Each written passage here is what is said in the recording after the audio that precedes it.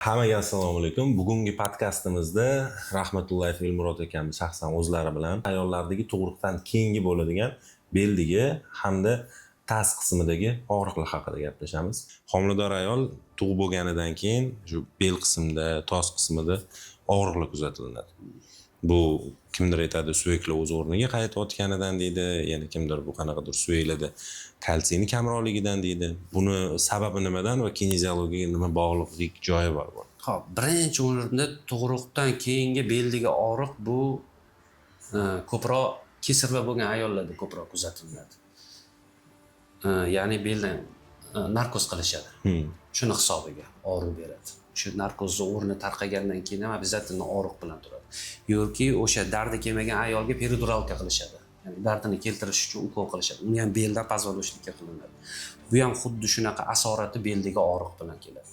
Ikkinchisi tazda bo'lishi mumkin yoki o'sha kuchangan paytda ayol kishi dard kelgan paytda kuchangan paytida pazvanoshlikdan grijam kelib chiqqan bo'lishi mumkin.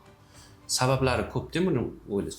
Tazda deformatsiya bo'lishi mumkin. Chunki albatta homila bola tug'ilayotgan paytda ayol kishining tazi ochiladi orasi. Bu hazilakam og'riq bo'lmaydi. O'sha taz ochilganda to'g'ri birikmasa joyiga u ham og'riq ushlab turadi. Shu holatlarni bilganimiz tekshirib, oldin birinchi kelgan bemordan so'raymiz. O'zingiz tug'dingizmi yoki kesarva? Belingizga ukol qilishdimi yo'q qilishmadimi? Tug'ruq paytida qiyinchilik bo'ldimi, bo'lmadimi o'zingizda?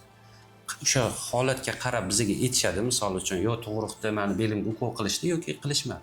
Agar qilishgan bo'lsa, imенно bel sohasiga vnimaniyani ko'proq qaratamiz. Chunki o'sha ukolning o'rni yoki ukoldan keyingi asoratni yo'qotish uchun harakat qilsa, o'shanda og'riqligi ancha kamayadi. Lekin ko'p holatda mana shu tug'ruqdan keyingi og'riq bilan kelishadi bizga. Ularniki 4 kun, 5 kunga yetib bormaydi lecheniyaga. 1 kun, 2 kunda уже yaxshi bo'lib ketishadi ularniki. Endi avvalambor Alloh bizga faqat sababchi. Endi o'zimizning praktikamizdan bo'layotgan narsani aytayapman. O'sha 1 kun, 2 kunda tez effekt olinadi ularniki. Agar grija bo'lib ketmagan bo'lsa. Chunki demak u unaqa og'ir xastalik hisoblanmaydi. Yo'q. Bu yerda mana hozir ukoldan keyingi og'riq dedingiz. Men o'zim hayot davomida ko'p ko'rganman. Narkoz olgan insonlar og'riqqa shunchaki chidab yurganim. Demak, shunchaki chidab yurish shart emas. Albatta. Og'riq bu birinchi simptomda, ya'ni qayerdadir og'rig'ingiz bo'lyaptimi, bu o'sha yerda kasallik bor degan emas.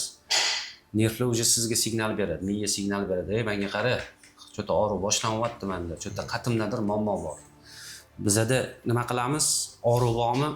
Aptekaga chiqamizda Panigan, Bolnol, Mig og'riq qoldiruvchi tabletkaga birinchi bo'lib. Ma'lumot uchun bu dorilar reklamasi emas. Birinchi borib turib o'sha dorilarni, og'riq qoldiruvchi dorilarga yopishamiz. Bir hafta ichamiz, bir oy ichamiz. Keyin o'sha dori ta'sir qilmagandan keyin mutaxassisga boriladi. Ungacha bu kasallik o'sishda davom etib ketaveradi, kuchayib ketaveradi. Bu kasallikni oldini olish uchun birinchi o'sha og'riq kelyaptimi, yengil boshlanyaptimi, sразу mutaxassis, to'g'ri tanlangan mutaxassisga boradigan bo'lsangiz, bu og'rig'ingiz o'sha sotib oladigan og'riq qoldiruvchi tabletkangizdan ham lecheniyangiz arzonroq tushadi-da. Ham siz tezroq tuzalasiz, qiynalmasdan oldindan kelayotgan kasallikni siz oldini olib qo'yasiz. Bu o'zingiz uchun ham, cho'nchagingiz uchun ham foydali. Natijada uzoqroq yashash mumkin, sog'lig'ga kamroq ziyon yetkazish mumkin. Albatta. Chunki og'riqsiz yashash. Har bitta og'riq qoldiruvchi tabletka nomi bilan og'riq qoldiruvchi, faqatgina og'riqni to'xtatib turadi qanchadir miqdorda. U kasallikni davolab bermaydi. Uni ichganingizdan keyin обязательно oshqozon, o't pufi va jigarga zarari bor. Qayonidir tuzataman deb bir yoni boshqa joyi ishdan chiqarish qiyin. Oson bo'lib qoladi. Vaqt zayli bilan baribir menimcha preparatlar o'zini natijasini ko'rsatadi, faqat unga ham bir yig'indisi kerak bo'ladi katta hajmda.